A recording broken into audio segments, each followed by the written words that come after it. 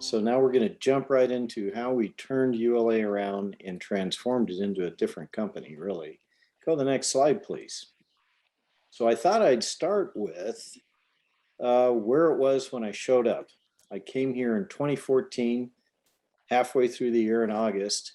And the company, what I found was a company that you guys know, you may know, were a monopoly at the time for US government launches, but really kind of an extension of the Air Force. And this is relevant because it gives you a feel for the culture and the posture of the company that had to be changed. And they were really completely focused on one thing, a giant crisis in space that most of you have probably never heard of because it was avoided. And what was happening at this window of time in the country is we had all these national security assets that went up, not on purpose, but pretty much at the same time. So they were all aging out, and they were all aging out at the same time. And the replacements, by and large, were intended to be big technology leaps forward, but that meant they were hard to do, and they were all late. They were years late. And thankfully, a lot of these satellites were running past their design life, bridging a little bit of that gap to the ones that are literally years late. But it was getting to be pretty bad, and gaps were starting to open up. And it was fully expected that they would just be big capability gaps, big regions in the world with no GPS, whole theaters of operation without satellite communications. It wasn't going to be pretty.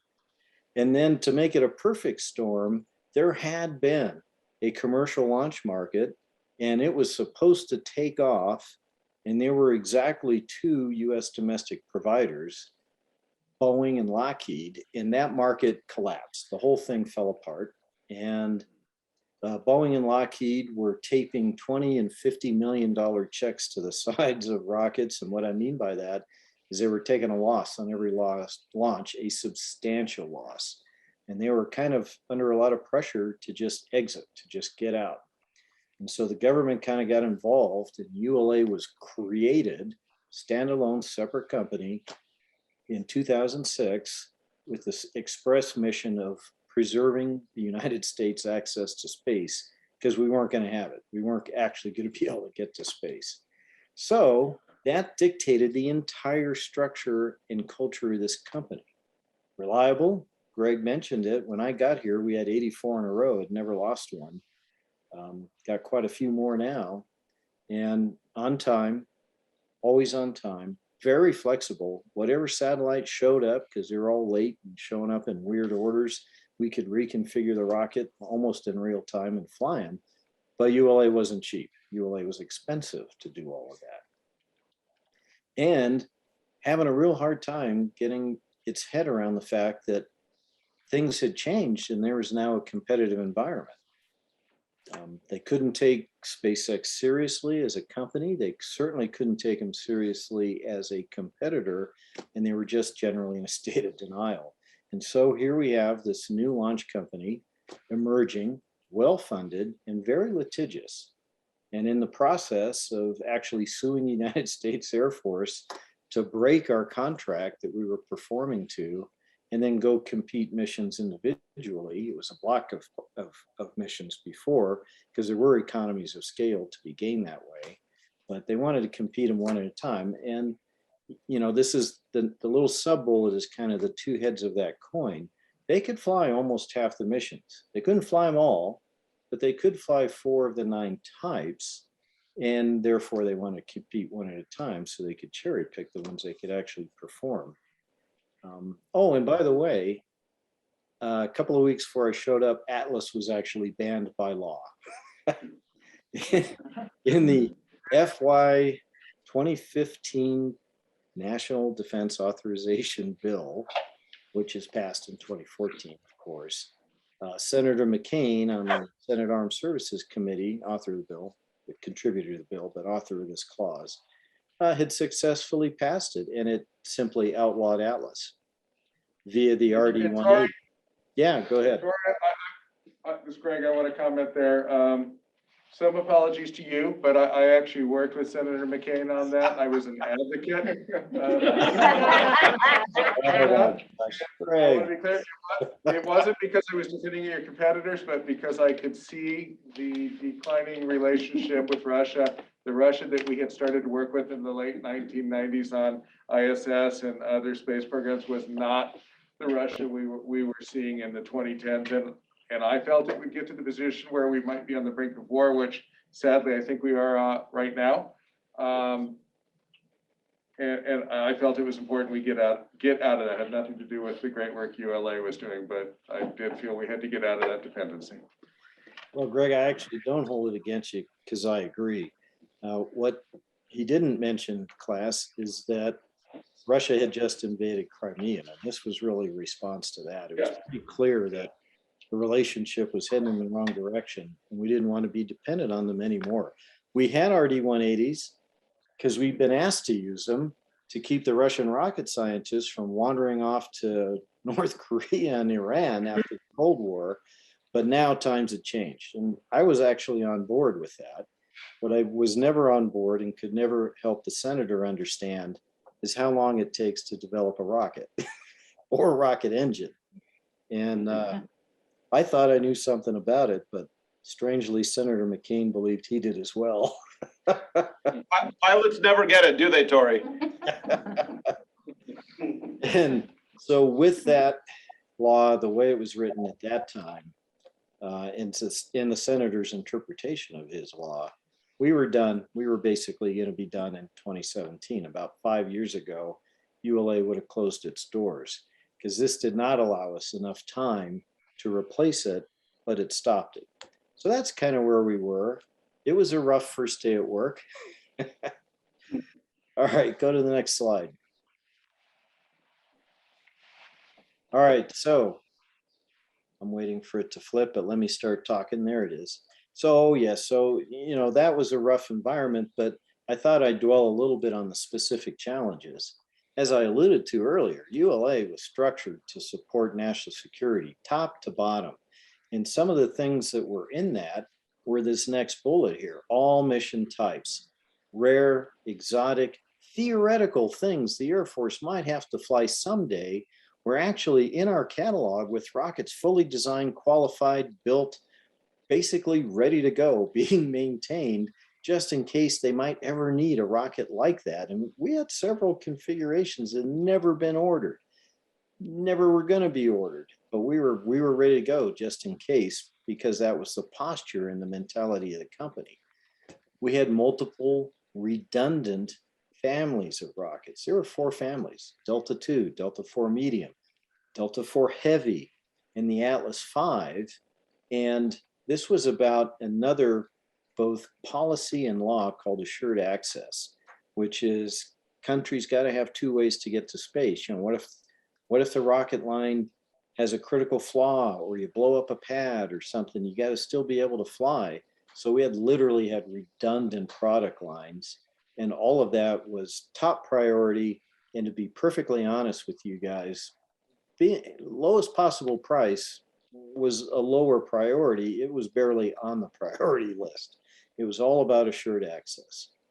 And of course, we had to go get an Atlas replacement, something without RD-180s, which I'll say again, I supported, still support. I always felt like, Greg, at the end of the day, the only thing the senator and I truly disagreed about was how long that development cycle took. Now, for us, we had to close a business case, and that was going to take a bunch of external money. It takes several $1 billion to develop a new space launch vehicle. Don't believe anybody who tells you anything else. Rocket engine alone will cost $1 to $2 billion, depending on the nature of it and how you perform. And ULA really just had its internal IRAD stream to work with. Our ownership structure really prevented us from having access to private equity. And the owners themselves were not deep pockets for us at all. They made their big investments when ULA was set up and spun off. And from that moment forward, money only flows in one direction from ULA. from us out to our owners. And, don't take a, sort of a negative view of them. Let me give you a little context.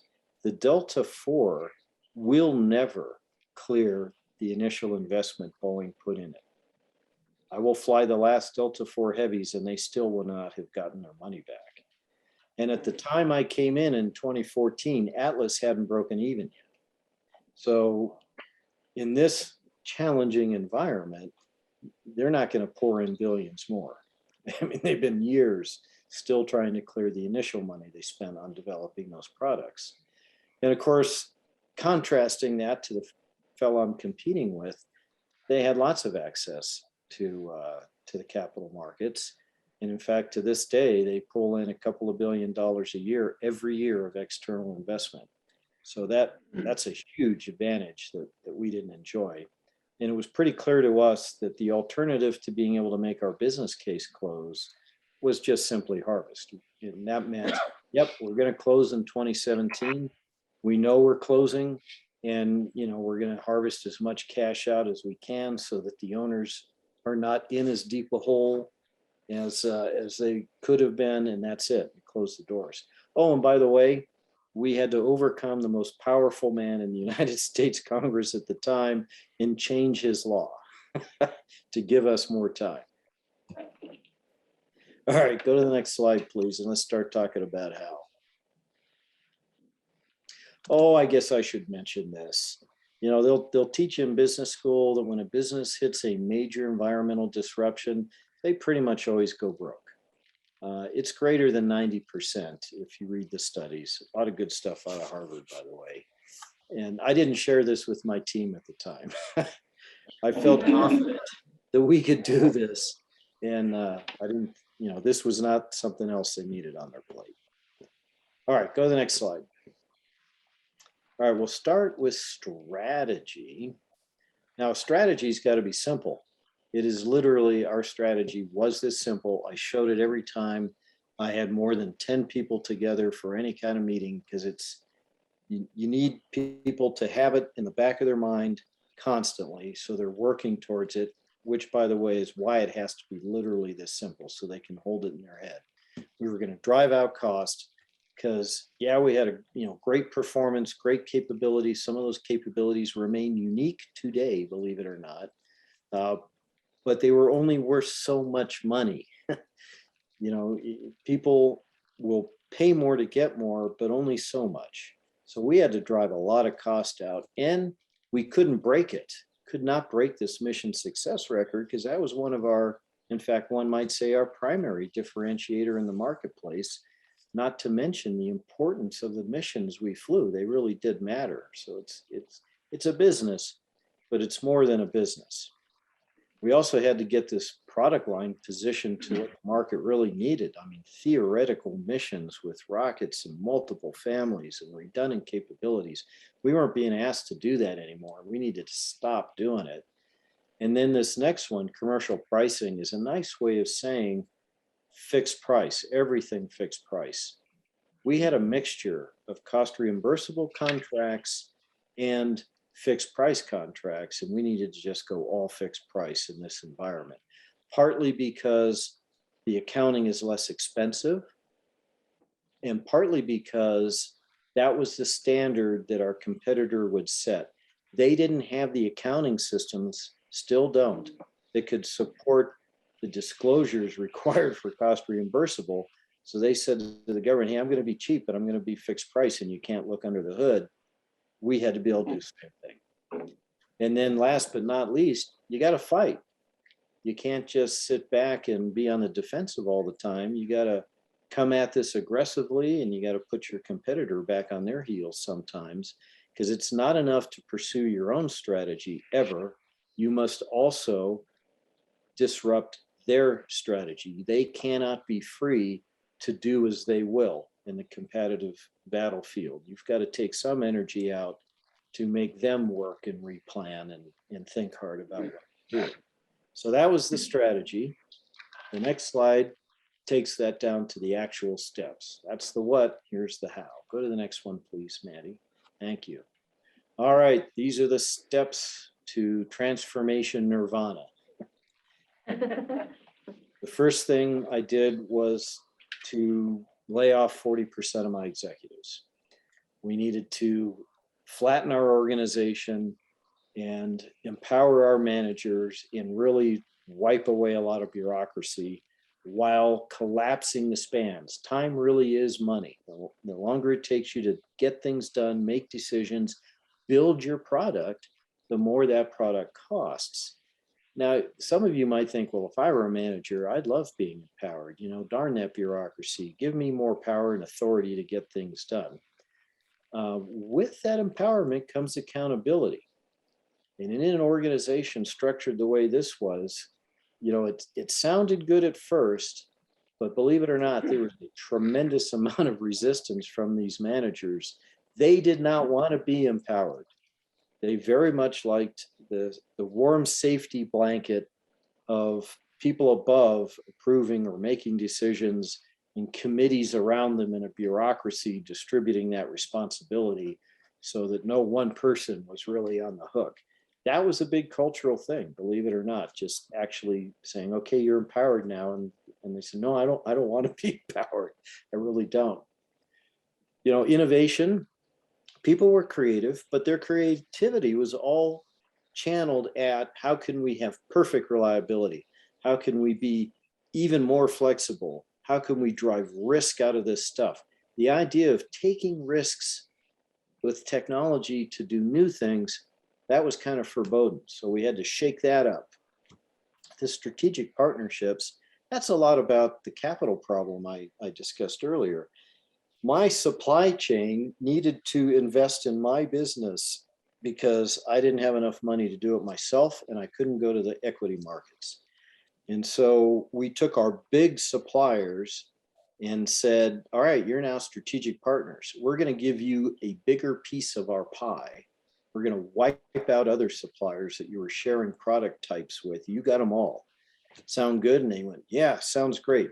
Okay, all you got to do is cut your prices in half and any investment required to be able to pick this work up is on you. And believe it or not, they all signed up. Facilities in the rocket business are super expensive. All those rockets had their own pads and their own integration facilities. So all that had to go. Other fixed costs had to go. There's that commercialized thing again. It's tough to convert all those contracts over, believe it or not. And then you get a lot of pushback culturally from your customers. You go, yeah, we like the lower price of that fixed price contract, but geez, we really like being able to have total disclosure of every penny you've ever spent anywhere and on demand whenever I feel like asking, whatever format I want. And I don't want to give all that up. So that was a cultural battle. And of course, you know, 4 families in 41 different configurations of rocket, that all had to go away. There's now 1 rocket in really 4 configurations.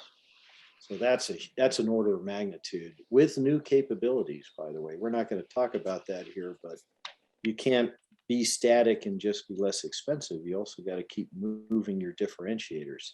And then literally, this is roughly in time order. The last thing I did was to reduce my workforce.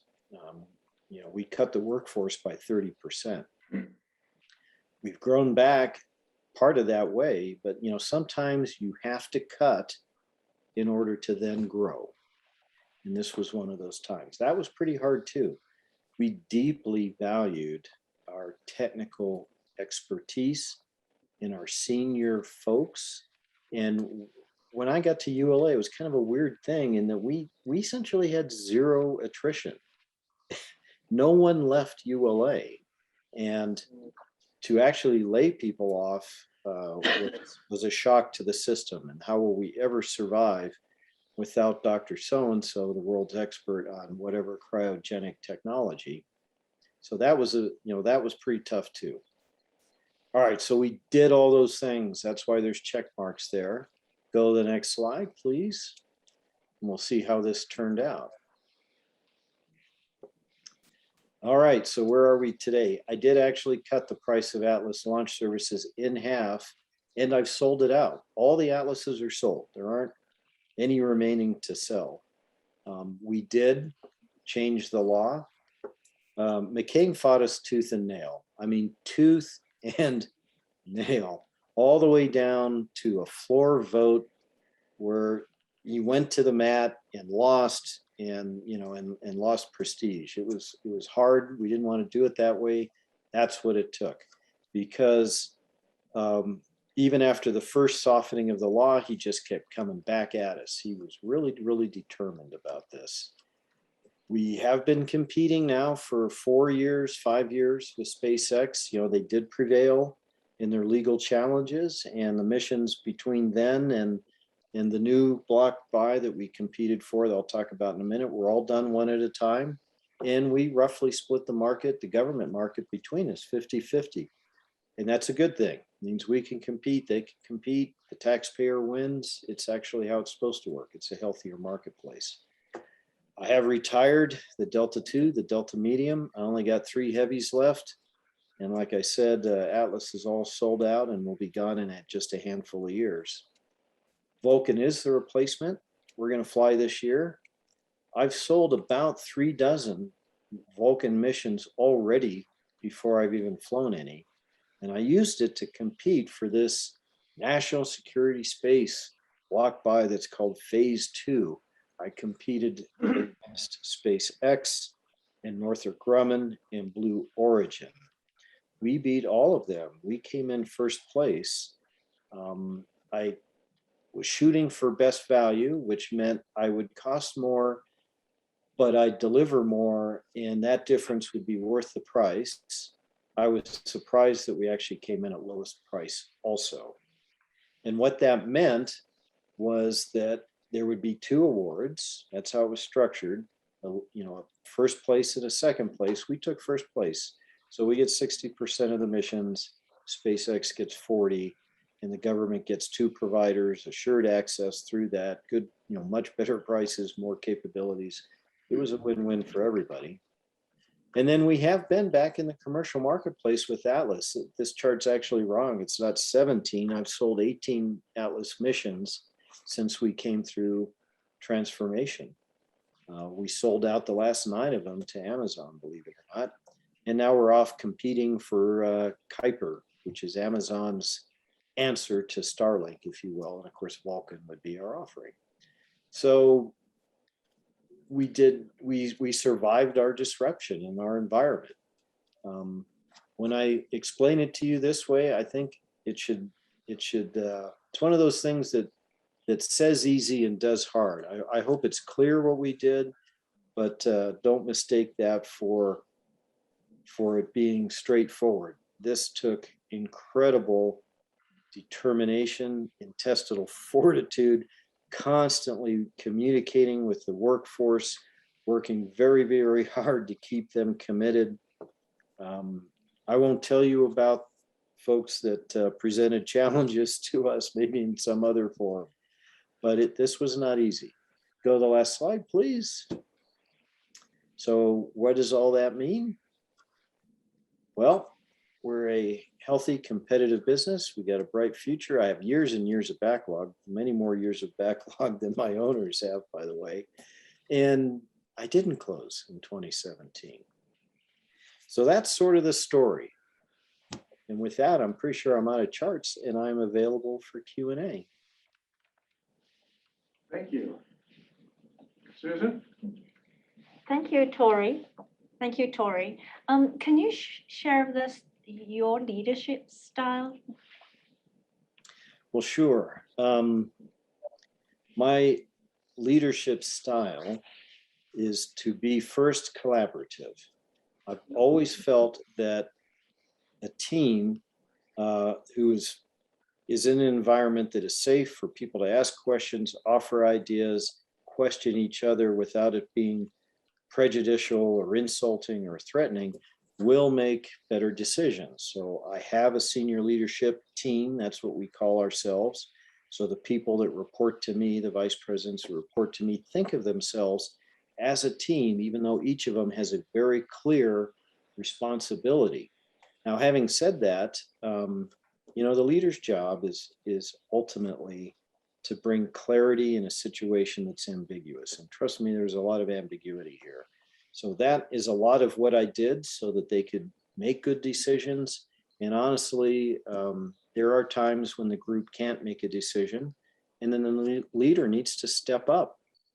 I can be decisive, and I will make a decision when one needs to be made and the group can't figure it out. And I try and be very, very accessible to my leadership team. You know, I've been in places where, you know, the boss's office was, you know, like some kind of inner sanctum. And it was a big deal to go in there, and appointments had to be made. And even your peers would be suspicious about what you might talk about in there. And so coordination might be done. And it was an event. I'm not like that. I don't believe in that style. I think it retards communication and it slows decision making. So the staff, really anybody at ULA, they can walk up anytime. If the door is open, they can come in. So I try and be accessible, collaborative. I spend a lot of energy on communication, but I'm not afraid to be a leader either. And there are times when you have to step up and be accountable and make the decision. Does that make sense? Yes, thank you for sharing. You bet. Hi, Carlton Johnson. My question's really two-part. It's kind of along the lines of what you just talked about. When it comes to those hard decisions, especially coming in as a new person, making the choice to let people go, how do you, go through and do that? And then when it comes to the really tough decisions that wrench your soul, who do you seek? You don't have to say the person, but who do you seek out, or do you seek out somebody to kind of bounce that off of, or do you just make that decision yourself and just carry the burden? Well, the first question you asked is with dignity. You bear in mind that, you're not angry with these people. They've not done anything wrong. In fact, they did a lot of things right. To put this company together out of, by the way, what were two, Hatfield and McCoy competitors back in, the early 2000s. Oh my gosh, it would be like merging ULA and SpaceX today, right? So that was a pretty tough job, and they did the right thing. They helped their country. They were good leaders, and so you respect them and you give them all the dignity that you can. When we actually did that, both for the executives and then for the third of the company that went out, we started with a voluntary layoff program. So a small, modest, if you will, cash incentive to close the gap on someone who might be thinking about imminent retirement. Because, by the way, that I didn't talk about it before, but we had a pretty senior workforce here. And so, on the one hand, gosh, I'm giving up, Dr. So-and-so, but on the other hand, he's going to retire pretty soon. And I don't know when, and I'm still going to face that. But, if I can structure a program around it, I can help close that gap, get everybody lined up so I know when they're going. They're going when I need them to go. And we have the resources to make that happen. But you respect them and you celebrate them anyway. So when we got to that last step where it was the broad workforce, about 68% of the people that left, of that third, made that decision on their own. They left in the voluntary program. Now, in terms of the, when it's just miserable, and a lot of this stuff is not fun. The thing I described to you, that journey we went through in those charts, that's not fun. There's nothing fun about it. It is lonely at the top. I mean, I'll just be straight with you. Being a CEO, whether you're collaborative or have a great team or not, the buck stops here. You are ultimately on the hook for all of that. You can say yes to anything. You can say no. It's really all on you. And it is hard. It is, emotionally challenging. And you don't always have somebody that you can talk to about that. So Mr. Bruno, on that vein, this is Chase Castle. I just want to follow up with Carlton's comment. How do you communicate that to the employees who are left over? And how do you maintain morale after that and rebuild their trust that, you know, there's not going to be a round two, or I'm not coming for you next kind of thing? How do you keep people secure in their jobs? Well, that's a great question because, you know, the emotional journey that the workforce went through was first, you got to be kidding me. You know, we don't really have to change. We don't really have to do all this stuff. You know, the government depends on us so much, they're going to take care of us. So there's that whole denial thing. Then you got to push them through that. Why you communicate until they're sick of hearing from you. Yes, you do. We do have to change, or we're going to go broke. We're going to go out of business. Once you've done that, as you, I think, astutely point out, you've kind of shattered a social contract in a way with everybody else. Oh my gosh, ULA is going to go under. We're, you know, there'll be another round. You know, they're not being honest with me. They just don't want to tell me there's going to be more layoffs. And so it's the same thing again. You communicate, just keep telling them, make it simple. This is a technical workforce. Show them the data. Here, you know, so we would talk a lot about, for example, how our program was going to work, how this was going to result in a cost structure that would allow us to compete, what our analysis said our pricing had to be competitive with this other company. The fact that they can't fly all the missions, that was a big deal with our workforce. And, you know, your action, so you have all the words, the communication is great, but in something that is this important to people where they feel vulnerable, the actions are more important. And so you have to be consistent. You can't flip flop when you lay the plan in and tell them how it's going to go. You better stick to it, even if there's an opportunity, you know, or a worry bee that you have that might make you want to make a course correction. You got to think hard about that and the impact it will have on the workforce. And then as soon as you start winning, you make them sick of hearing about it. Thank you. Mr. Bruno, I have just one question. So, Rick, you started covering some of this, but you know, you said it's never fun, right? And transformations are rarely fun in general. But as a leader, what type of skills did you need in the kind of the executive team to kind of reorient or focus on that? Because you wanted to kind of expedite that process. So, what did you employ? Or what are the skill sets that you needed to within your team to expedite the process? Yeah, we needed executives who were going to be action-oriented, data-driven, and committed to this very difficult work. Most of the executives who chose to go, and of that 40% that we reduced initially, most of them made that choice, as I said, on their own, and they were good people.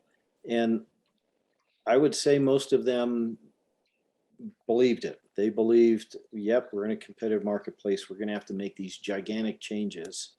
And they looked at it and said, well, I know most companies don't pull this off. Very few of them can actually survive. It's difficult, miserable work. I've done my duty. I saved America's access to space, and I'm going to let somebody else take this on. And so that's by and large why they stepped aside. And then beyond that, just the reducing of the number, we ended up changing out all but just a couple when it was all over, and replacing them with people who were up for this challenge. Okay, this is going to be my contribution to the country. The other guys saved us from having these big capability gaps. I'm going to save this jewel, this institution of ULA that can do things nobody else can do. And I'm up for the task. I'm willing to work hard. I'm willing to get out and do things and be courageous. And that's a big part of it, because there's no safety net when you're doing this. So you need leaders who have the courage to stand out and be accountable, make these decisions, take on these tasks, and know that if it doesn't go well, there's not going to be anybody else to blame. So those are the kind of people, action-oriented, data-driven, team players, because it's team play, but courageous. Tory, I want to use the bully pulpit and intercede here. You know, I know you've heard this question before, but I want to bring it up for the class to hear you address. You look what's happening in the market, particularly in the last year with the amount of capital coming in. You have the opportunity to take an amazing team and really leap forward if you could do some equity funding. I frankly think you've got a jewel that if you went IPO or SPAC, could do something amazing, and it might, if I might say so, make your company a little more free from the odd governance structure it has now with two sort of competitors being 50-50. I am just amazed you get anything done under that governance structure. That's like, if you theoretically tried to find the worst idea possible, that would be it. But anyway, thoughts? You know, the CEO of a company like ours is an employee. I don't own any of ULA. And so discussions of ownership and ownership structure belong to them. And it would be inappropriate for me to talk about it. Tory. Hi, this is Robert. Please got one right Yeah, there. I have a question. So from the perspective of like, you know, for someone who's just, you know, trying to put together a team while still trying to build a product, you have a unique experience of having had to deal with like a major shift in organization, as well as building something completely new, well, not completely new, but new enough, and you still manage to do that while saving money. Can you give like life lessons on those things? Life lessons. Okay. Well, yeah, I mean, that's a great question because we did. I mean, it's like changing the tires on your race car without pulling into the pit, because no one said you can stop earning. Remember, my owners were still trying to get their head above water. No one said you could stop flying, and certainly nobody said, well, it's okay if you start blowing up 1 in 10 rockets. So yeah, that's an additional challenge that probably should have been on that chart. And how do you do that? Well, you know, focus is super important in just not getting discouraged. And when you are discouraged, not showing it. Everybody's looking at the leader. It's a pretty scary environment to be in, and boy, you better look confident or they're all going to be afraid. Now, I'll give you a sort of more of a rocket science kind of analogy for this. You know, when I developed this missile defense interceptor called the THAAD interceptor, it's a rocket that shoots other rockets. And when we first began flight testing these, we flew them out of White Sands Missile Range in New Mexico, which was almost a little bit too small. And so this rocket would come right out of off the launch pad and immediately go into a flat spin to burn off energy. So if something went wrong, it could not get off the range before it could be destructed. And when you watch these, I don't know if any of you have ever seen a THAAD launch, Greg probably has. It looks like the missile's out of control and about to blow up. And then it takes off and everything's fine. And so we launched the first one, and I've got a brand new program manager in the Army, a colonel, and he's there with us. And this thing goes out and it does all this, and you know it's supposed to do that, but it's not the same as seeing it. And after this first flight test, he catches me in a corner and he says, "Geez, Tory," he says, "that scared the hell out of me." He goes, "But I just kept looking at you and you were so calm, so I knew it was okay. I mean, thank you. You know, I mean, I just, you know, it was okay, right? I mean, you know, how do you stay so calm?" And I go, "Colonel, it scared the shit out of me too." But I knew everybody was watching me. That never happened, Air Force guy. Mr. Bruno, what do you think will be the most feasible market opportunities over the next 25 years, and what will be the biggest challenges in capitalizing on those opportunities? Well, that's a great horizon because 25 years is long enough for me to talk about two things. And the biggest one is going to be the cislunar economy that's going to appear between here and the moon, and including the near Earth objects that are within reach of the moon, because there is just unimaginable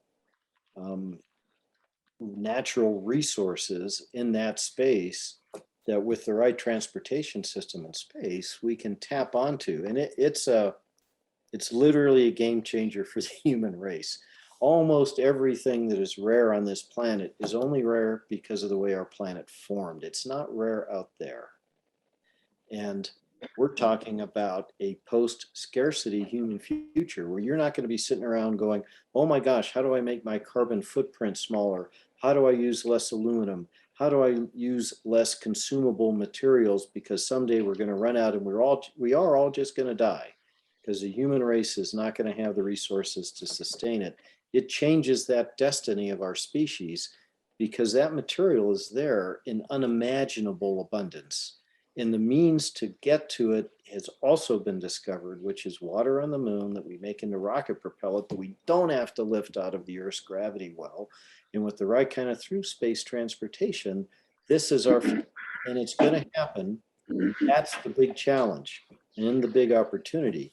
So what's the big challenge? Well, the big challenge is it's expensive to get it started. And if you were to go back and take a look at what was going on in the National Space Council a year or so back, you would see me in there, presenting white papers and pushing economic models to jumpstart the propellant production. And we talked about a thing called a strategic propellant reserve in space, based on the Strategic Petroleum Reserve down in Texas, where the government could kind of kickstart it and do what the government is good at in economic development, which is to do big infrastructure projects that individual companies can't close business cases on, and then letting that stimulate massive multi-trillion-dollar per year economies. So that's coming. I'm convinced that's coming. That's the big one. Now, separately, because I'm a launch guy and I'm a national security space guy, I have to tell you that our environment in space is going to be really, really different. It isn't a question about should we weaponize space. It's kind of naive to even have that conversation because China's already done it. And we are going to have to completely change what goes on in Earth orbit, and in fact, all the way out to the moon, because that's part of that security zone as well. That's going to demand completely new kinds of capabilities in transportation and on orbit. That itself will be, a significant activity for industry. So those are the two things. Like, the bad news, our adversaries figured out space is important to us and they field weapons. And then the good news of, well, there's tremendous prosperity for the entire planet if we just do this right. Tory, hi, I this have is, a fo- go ahead, Liz. Thank you. I have a follow-up question to kind of pull on that thread just a little bit more. We were talking earlier today about policy. And so in your mind, what are some of the drivers that are going to drive the need for policy in that realm as we develop in space? And also, what are some of the major deterrents of policies that you see? Oh, well, what an interesting couple of questions. Well, let me start with the second one because coincidentally, I was just back in the Pentagon about a week ago, briefing a number of folks on my recommendation for how to deter aggression in space. I have a pretty deep deterrent background in prior life, primarily a different kind of deterrence. Deterrence kind of falls into two categories very broadly. There's what we call cost imposition, where you have an adversary who's off doing something, an attack, an aggressive act, because they want to change the status quo in some way that will benefit them. And so that's what we're deterring. Well, cost imposition says, go ahead and do it. Do your thing, get your beneficial change, but now we're going to artificially impose some cost on you that's going to make it not worth it. And that environment is one that is proportional. Because remember, in when we try and deter aggression, your adversary will test you. They will always test you to determine your resolve and to see if the things you say you will do will actually work, not just will you do them. And so it is something where they do something and you respond proportionately. You don't go crazy. Don't believe the movies, by the way. In nuclear deterrence, it wasn't, an attack and a red button and the world ends. It's not like that. It works its way up. But it is a little bit more than they did, because you want them to understand where this is going, because it eventually ends in an overwhelming retaliation that is just unthinkable, that any benefit they could have achieved from any kind of attack would have been worth the price. So that's that kind. And nuclear deterrence is the sort of the standard, the poster of what that might look like. There's a whole nother branch of deterrence, which is turning that upside down on its head and saying, no, we're not going to allow you to receive a benefit from your aggression, from your attack. We're going to deny you the benefit. It's called denial of benefits. That's what I'm recommending is appropriate for space deterrence for a number of reasons. First off, an attack in space will be today against uncrewed assets. There will be no human loss of life, not immediately. People on the ground might lose their lives in combat because they're not supported. But that initial attack will be against an inanimate object.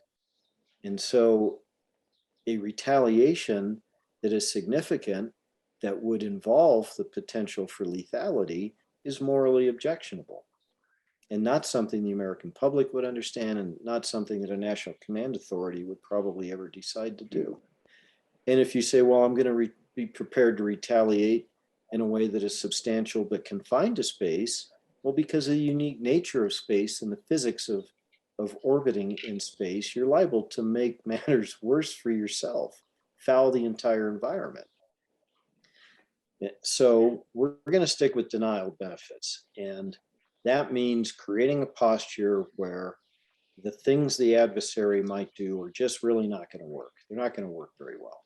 And I'm not going to give you the whole lecture on that, but I'll just say that one of the key things that I'm encouraging policymakers to do is to organize their thoughts in that way, and then to look for the power of the American system to innovate a disruptive technology and strategy that will reset the clock and nullify where China is now. There's a lot of fear going on amongst policymakers about how fast China is moving and how we have catching up to do. And that's all sort of true, but I'm going to give you a little bit different perspective on that than maybe you've heard before. And I'm going to say that China really isn't moving as fast as you think they are. I can't think of a single Chinese system, either on orbit or even hypersonics back here on Earth, that I did not personally work on myself 10 or 20 years ago. We didn't finish these 100%. because we were no longer concerned about peer competitors, and we had a global war on terror to prosecute, and we set them down. And it's at that time that China picked these up, and they have been working on them for 2 decades, spending a fortune on them. And what we're seeing now that looks like it's fast and scary is really the culmination of 20 years of work into prototypes and deployment of systems. Now, that might seem a little bit of a fine distinction to you, or a little bit esoteric. It's not. It's an opportunity. If we can do something that nullifies that strategy that they have and those systems that they are putting in place, that disrupts that, we reset the clock. This is a tremendous opportunity for us. The US does innovate quickly, much faster than our adversaries do, because of the inherent structure of our system. That's what we have to find. We're not out there to build stuff like their stuff. We're not out there to just try and build more faster.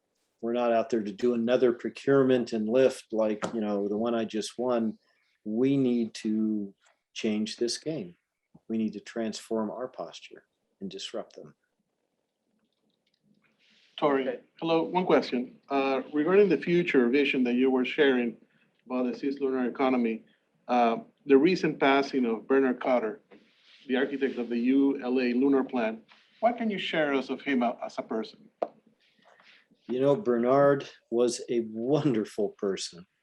He, you know, you guys who are familiar with him will see him through the lens of that, you know, sort of brilliant technologist and visionary. And you certainly talk about the lunar architecture. You know, as the CEO, I got to look at it and understand what that meant for all of us and how it should be prioritized for all of us and for our company. But Bernard is the guy who figured out, you know, the nuts and bolts and how to tinker toy this together. And he's a brilliant scientist, and that's how people see him. What they don't know is that he was the nicest guy you would ever meet if you knew him. He was just a wonderful human being. Everyone loved working with him. He was generous. He was gentle. Bernard was amazing. Okay, I have a question. Probably it's the situation you face every single day. So ULA is very unique organization, which is you have a Boeing and Lockheed with 50% on each, and also both of them are competitors. So how do you balance the relationship between you, Boeing, and Lockheed every day? Because that is the real challenge from time to time. I can see just regarding the operation and relationship management. Well, I mean, what you say is true. These two owners compete in everything they do. And I'm going to pause for a minute and give you a little insider baseball into how we interact with that ownership structure. So we have a board of directors, like any other company that has owners, and they meet with us once a quarter. And so we interact with this board. And that board represents the Lockheed Martin Corporation and the Boeing Corporation, headquartered back in Bethesda in Chicago. But they are staffed by the two space companies. And so that makes the situation you just described even more acute, in that those two space companies are literally mirror images of each other. They literally compete in every single thing they do, except ULA. And you know, they try hard to do the right thing and to be board members of ULA. But yes, we do have to be, as ULA, in between the two of them, have to be super aware of their respective equities, especially when we want to innovate and change the sorts of things we do in terms of capabilities. We're a transportation company. We're not looking to do anything else. We're not going to mine, you know, the minerals I talked about. We're, you know, none of that. We're going to be the trucking company. But as you view space transportation differently, that looks different than it did in the past. And so the equities that they might have are something we have to be very mindful of, and how they compete with one another. And are we, you know, is this thing we want to do going to be misunderstood or instigate mistrust between them? So yeah, it's a complicated relationship that we have to navigate. It is not unnavigable, obviously. And they have been supportive of us. I mean, I'll be honest with you. They're pretty smart, savvy business people. And that chart I showed you with the big red block that says, well, you're a company, you get disrupted, you generally just go out of business. They know that. And they knew all about that list of challenges I showed you. They figured most of them out for themselves, and I told them about all the rest. There's no point in holding anything back. And so there was skepticism when we began the journey. But to their credit, they let me start that journey. And there were I'll call them milestones along the way, check-in points where, is this going to work or not? And because if it's not going to work, it's better to posture yourself that way. And I had to maintain their confidence, maintain both of their confidence, all the way through, go out on a limb more than once, to get them to the other side of that. And once it became clear to them that this was going to be okay, then that environment changed quite a bit. And they've been very, very supportive and had, I will say, expressed a lot of confidence in our team, especially after that big phase 2 win, because that really closed the business case for us from that point forward. And, and they try very hard to support us and not make it any harder than it has to be. All right, one more question, and then we've got to let Tory get back to doing the good things he does.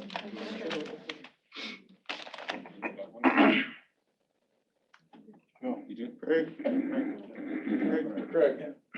Mr. Bruno, to kind of flesh out the competition question a little more, you've now got Blue Origin in your supply chain with the Vulcan engine. So can you comment a little bit on what it's like to have worked with them, particularly in and around the delay of the delivery of the Vulcan engine to ULA? Yeah, sure. I would say, I think it's fair to say, I'll put it that way. The Blue Origin had their own transformative journey to go through.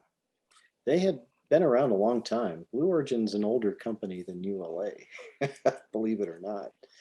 But it was really kind of a low-key research kind of activity.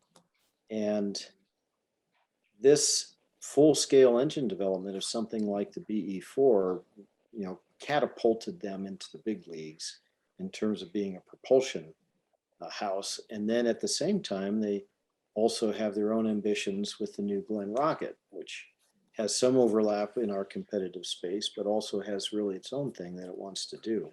So they had to move from, we're doing cool technology and it'll be done when it's done, and to, no, this is real, this is serious stuff. It's got to work. It's got to meet specific requirements. You can't skip any of them, which is a big difference in the R&D world. You're moving along with some technology and, you hit a difficult particular requirement, you just skip it. You come back to it later. But when we're talking about an objective system, you don't get to do that. And at the same time, deal with protecting our data from their new Glenn team, the engine team, that's a separate team, their data from me, doing it in a way that we all continue to be friends and colleagues and trust each other as business partners. I'll remember who's what. I'm really the only customer they have. At the present time, this is really the only significant contract. And even though they have other ambitions, and to help them stay focused on that, and they do. Now, in terms of the delays, yeah, that's been hard on us.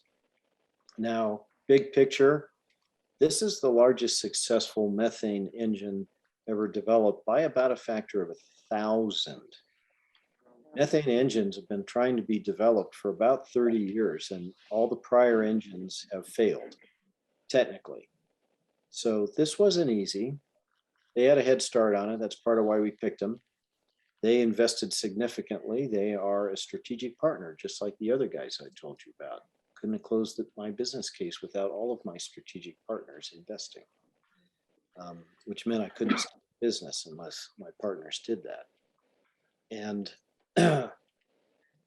we have worked through all of that with them and stayed, I'll say colleagues, and stayed positive about and constructive about what needed to be done. Where we sit today, we're finally there. The engines are in qualification, the flight engines are being built, and we can see the end of the tunnel. And it is not a train. It's a big, bright plume. Thank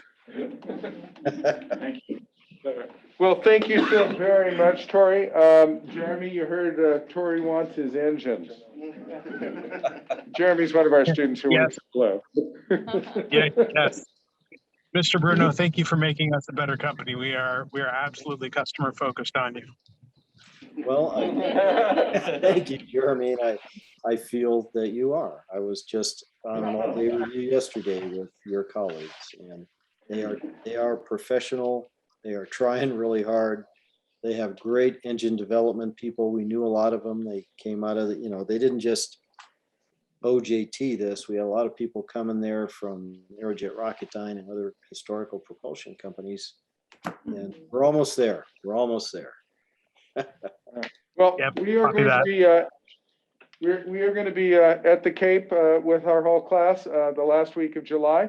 We're hoping to drop in on your integration facilities there. And, we'd love it if you would schedule a really cool launch or two for that. I will see what I can do. Thank you. Thank you so much, Troy. Take care.